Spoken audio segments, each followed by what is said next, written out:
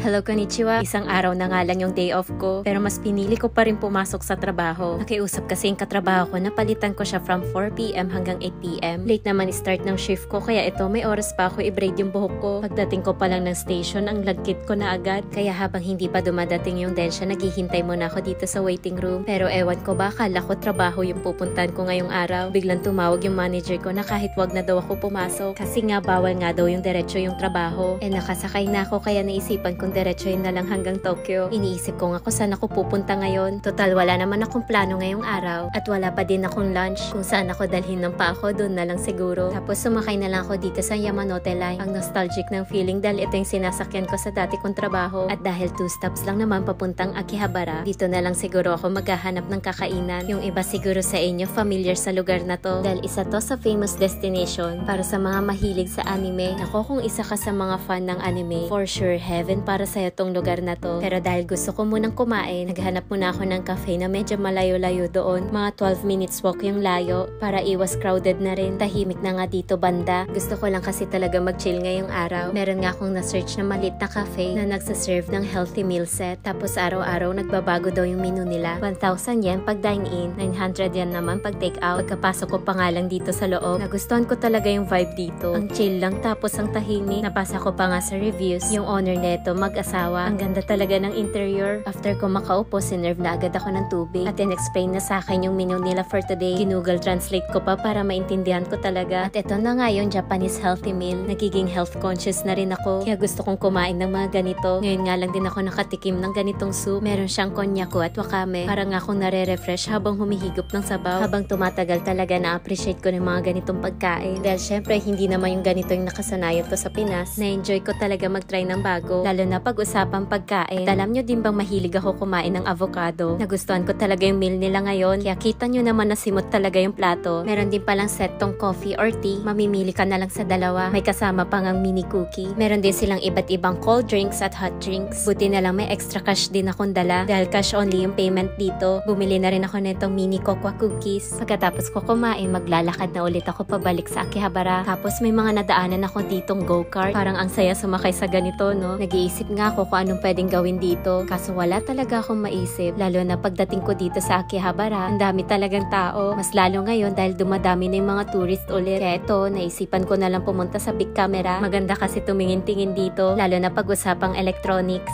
Dito nga ako dumiretso sa floor ng mga camera. Makita nyo naman naka-feature dito yung Insta360. Tapos nung nakita ko tong DJI Osmo, matagal na kasi akong curious sa camera na to. Halos hindi ko nga maalisan to. Sana afford ko na din makabili ng sarili kong camera. Pero sa ngayon, naisipan ko na lang munang bumili ng tripod. Kaso nakuha na naman ang attention ko tong mga ring light. Pero tsaka na lang ulit to. Tripod lang talaga muna. Gusto ko kasi yung handy type lang tapos mababa para hindi hassle bitbitin. Nang pagkabili ko, umalis na rin ako agad para makaiwas talaga sa gastos. At pag mga ganitong oras na, may mga makikita na kayong naka-make costume tulad neto. Pero ang dami talagang tao dito. Tapos ang init pa. Kaya pumunta na rin ako ng Eki. At may nakita na naman ako milk shop dito sa loob. Kaya iinom muna ako saglit ng yogurt drink dito para ma-refresh man lang yung pakiramdam ko. Na-miss ko din kasi talaga to. Parang sarap-sarap kasi uminom neto pag nakabote. Medyo madami-dami nga din bumibili dito. Nakakatuwa kasi yung vibe parang sari-sari store lang. O siya, uwi na rin ako dahil may trabaho pa bukas. Yun lang, mata ne.